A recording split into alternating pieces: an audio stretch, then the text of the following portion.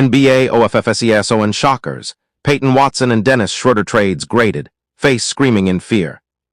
The 2026 NBA offseason just delivered another wave of major moves, and some teams may have changed their championship outlook with these trades. Fire. One of the biggest recent moves involves Peyton Watson, who has officially moved from the Denver Nuggets to the Cleveland Cavaliers in a 3-team sign-and trade. Watson agreed to a 4-year, $88 million contract, while Cleveland sent Max Strus to the Los Angeles Clippers and gave up valuable future draft capital. So who won the deal? Basketball Cleveland Cavaliers grade A. Cleveland desperately needed size, athleticism, and defensive versatility on the wing, and Watson could provide exactly that.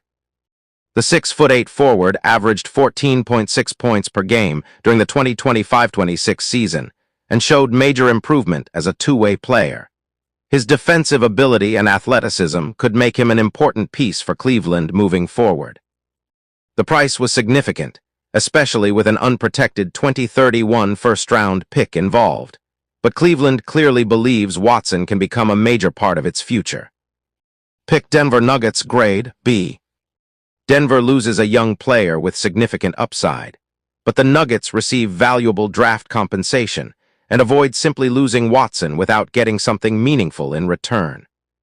The move also gives Denver more flexibility as it continues reshaping its roster. Los Angeles Clippers grade B. The Clippers acquire Max Strus and gain another experienced shooting option. Strus averaged 11.2 points after returning from injury last season and can provide spacing and veteran experience when healthy.